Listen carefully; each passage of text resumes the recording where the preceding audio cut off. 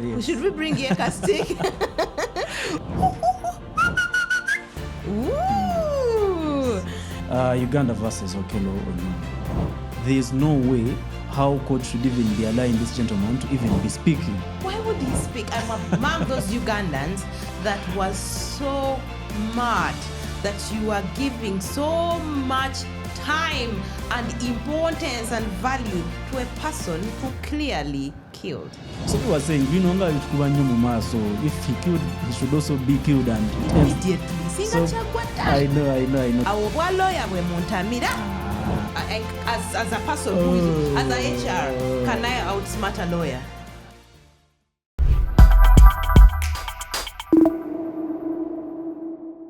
Picture this. A courtroom, a lawyer in a sharp suit argues billion-shilling contract. Then 3 hours later, the same lawyer is knee-deep in coffee seedlings, checking soil pH, and by the end of the weekend, he is at a music festival, managing talent and making sure that the sound does not blow out. That's not 3 different people. No, that is Ian Taremwa, by day and sometimes by night. Ian is an advocate of the High Court of Uganda, specializing in corporate law, banking, and finance. But he is also a co-director at BMT Africa, where events, talent management, and audiovisual content comes to life. And at Makaya Consulting, a logistics firm moving general merchandise across the country. And when he's not lawyering or logistic king, he is a very active coffee and livestock farmer. Yes, really. Welcome to Ikaara Na CEO. My name is Atura Angela Marjorie, your host. And today we are sitting down with a man who has proven that you can argue a case, book a band, feed a cow, all before lunch, and get it all done. Welcome, Ian. Thank you. Glad to have you here at Ikaara Na CEO. Thank you for hosting me. Wow. Welcome. Now, before we talk about corporate advisory or talent management, we are going to play a quick game. I call it lawyer or farmer. Okay. I will describe an activity, and you tell me, does that sound more like your legal brain or your farmer hands? Okay. Ready? Let's get it on. Reading a 50-page contract at 11 p.m. Lawyer. Okay. Waking up at 5 a.m. to check on seedlings. Farmer. Arguing that a comma changes everything. Lawyer. Telling someone that's not what the clause says. Lawyer. Okay. Now, to be honest, on a scale of 1 to I have worn muddy boots to a client meeting, how do you often feel that your two worlds collide? They don't collide that much, I should say, because I've eventually learned how to juggle through all of them, and I have a very good support system around me, the people that I work with, because all those companies that you've mentioned, even in my legal career, I did not work alone. So one of the most important things that I do and what I rely on to survive and succeed in these 3 aspects is because I have people that I work with and they are so good at what they do. Mama. So it's very hard for me, for those 3 worlds to collide. Mulimi, music producer, events bivulu manager, lawyer. And you're saying all these do not collide at any point. They can't collide because, like I told you, in my legal career, I think that's where I get now to give off what I probably learned as a lawyer. So I go to court myself, I handle clients myself, I do corporate advisory myself. But when it comes to BMT Africa, I do not work alone. I have a whole range of people that I work with. Wow. People that even guide me on areas that I'm not so good at. Because, for instance, I'm not going to be the one, let's say, setting the stage on each and every event that the company is hired to work on. At Makoa Consulting Limited, I'm not going to be the one driving the merchandise all over the country. So I have people that I work with, and I think the structure that I have set together with my other co-directors, your team members, that's what helps us to survive. Wow. Kati Ian, do you have your wallet with you? I do. Please bring out your wallet. Abooluganda tulina Doni omugagga era we are going to say our proposal as Ikaara Na CEO. Ian, so since you brought out your wallet, twocheeyo ffe aba Ikaara, we are looking to buy njagala bocha digitally. Yaka twocha digitally. Tusome namba oba tulinda. Okay.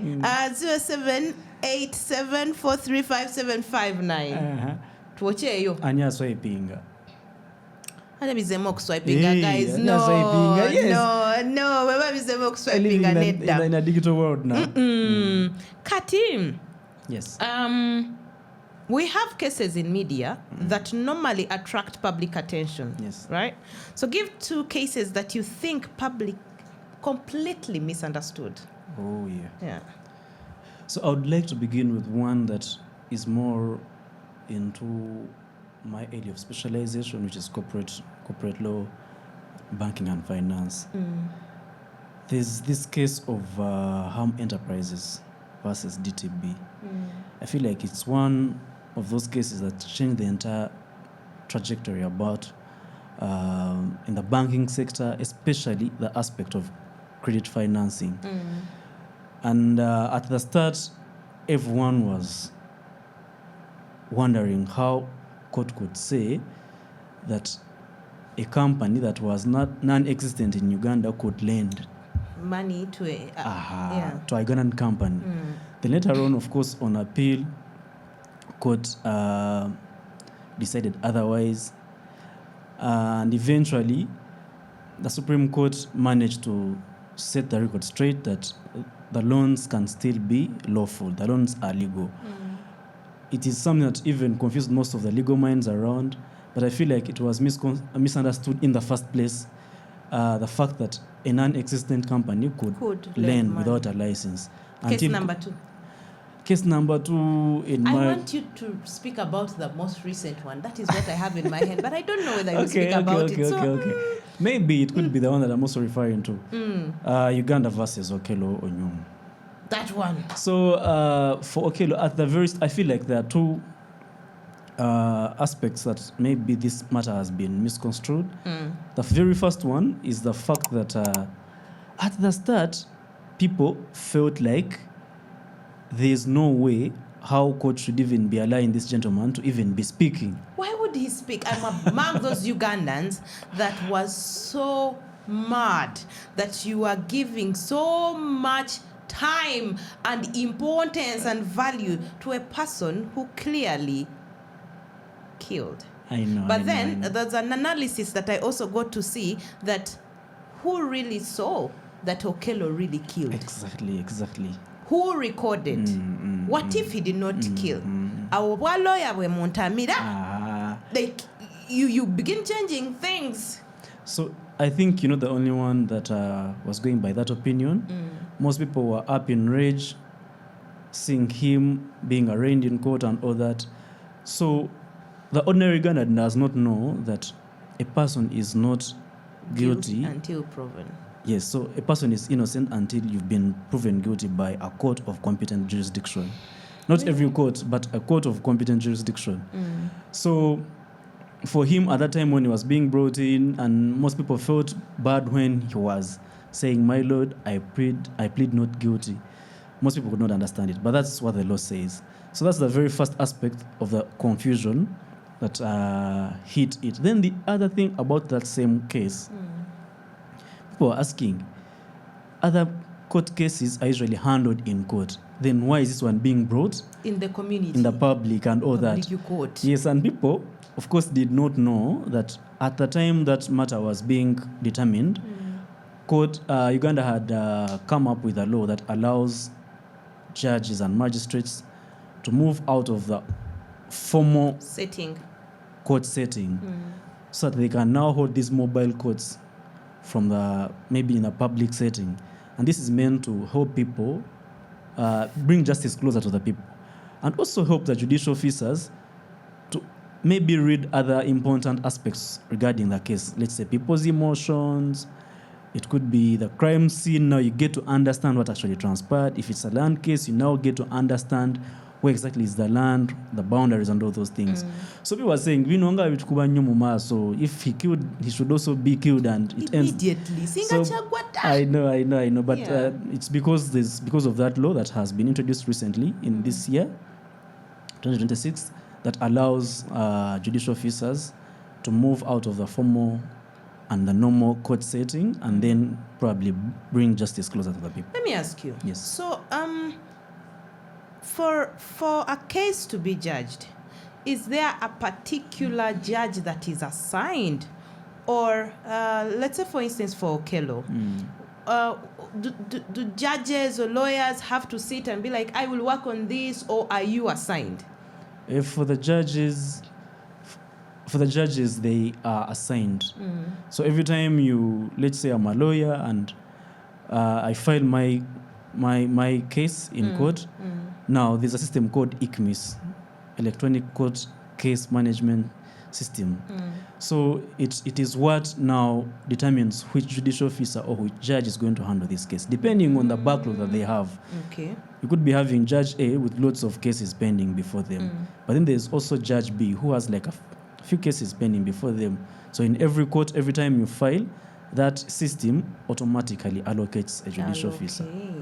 Okay.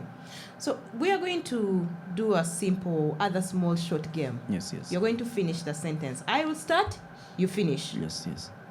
The biggest myth about being a young lawyer in Uganda is?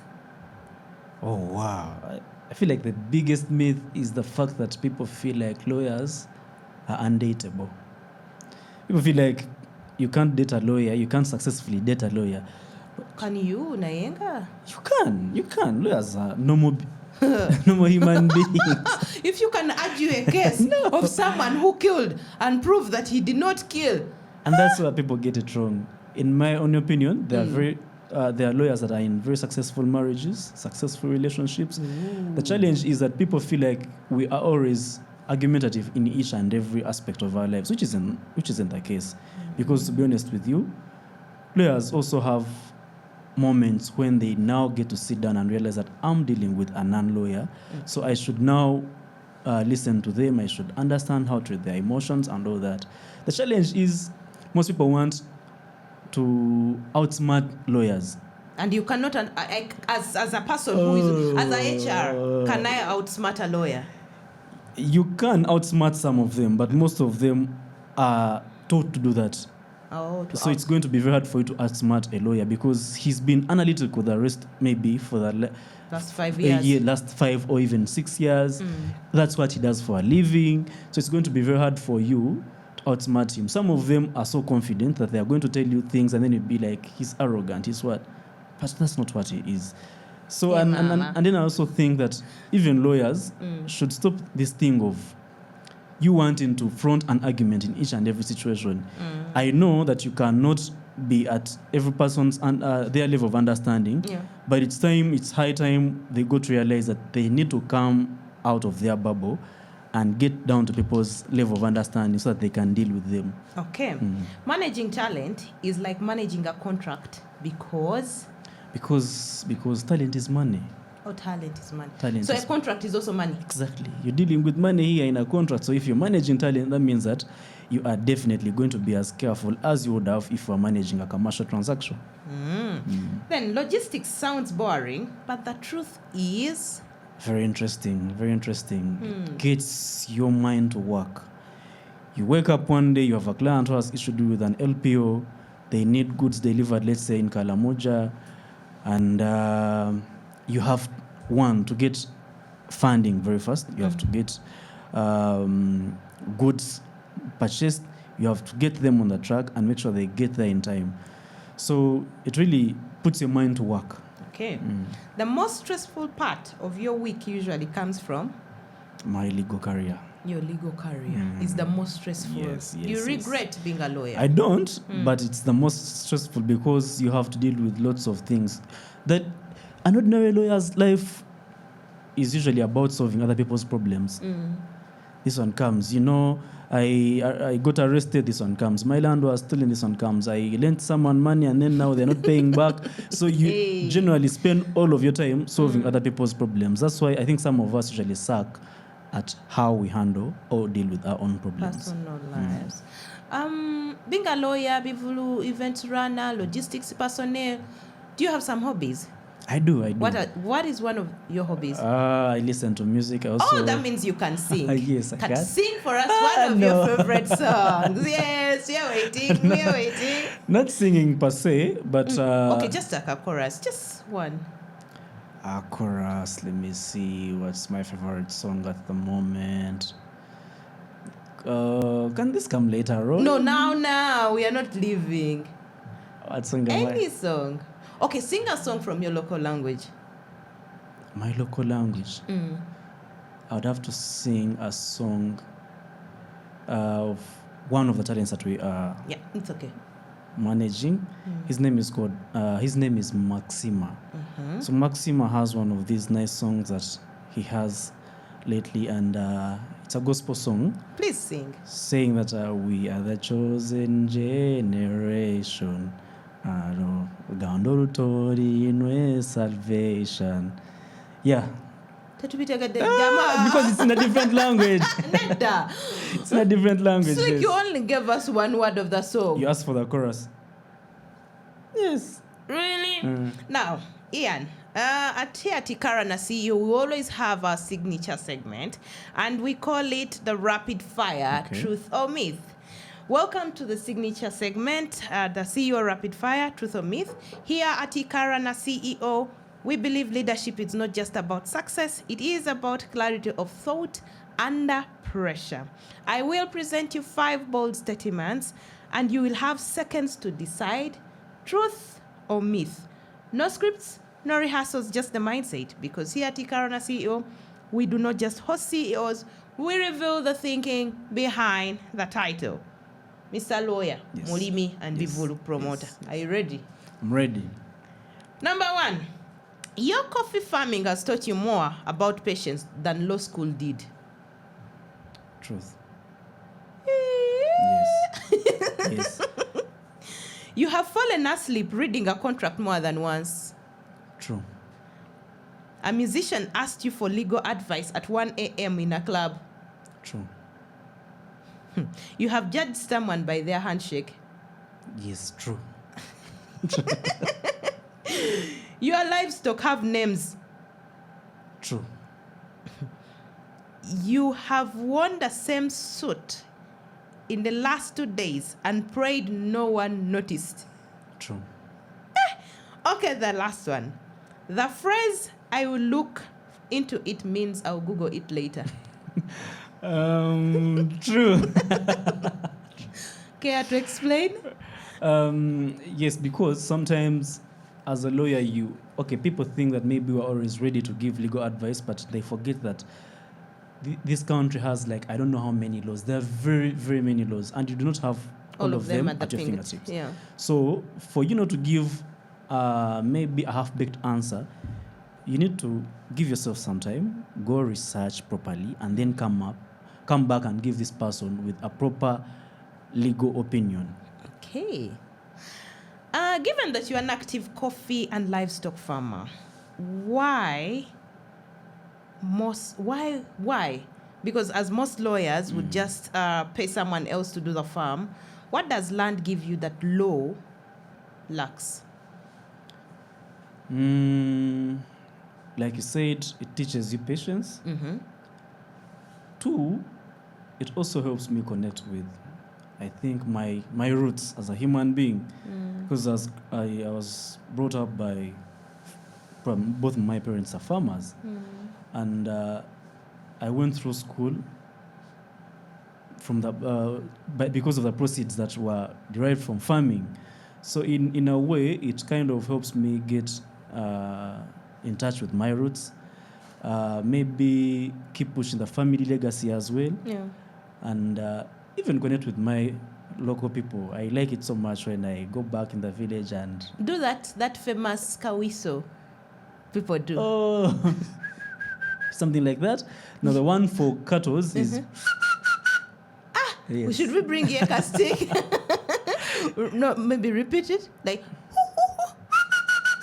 Ooh. Yes, yes. So young people expressing themselves freely, that's a little thread currently. As someone who manages talent and practices law, how do you help young creatives express themselves without getting into legal trouble? Like you said, you're managing a musician, Maxima. And how do you express yourself outside office? Now, when it comes to that, one of the very first things that you need to understand is that you need to establish a personal relationship with that person that you're managing, because that is the only way that they're going to be able to listen to you, your counsel and your advice. The other thing is making them understand why they need to be managed. Two, you also need to realize if they are at a stage where they want to be managed. Yeah. It's one thing wanting to manage someone, it's the other them wanting to be managed. If those two words are not connecting, then there's never going to be a successful relationship. So it starts with them wanting to be managed and you being willing to manage them. If that happens, then now the rest is easier. It's easier, yeah as you say. 5 years from now, when someone says Ian Taremwa, what's that first thing you want them to know?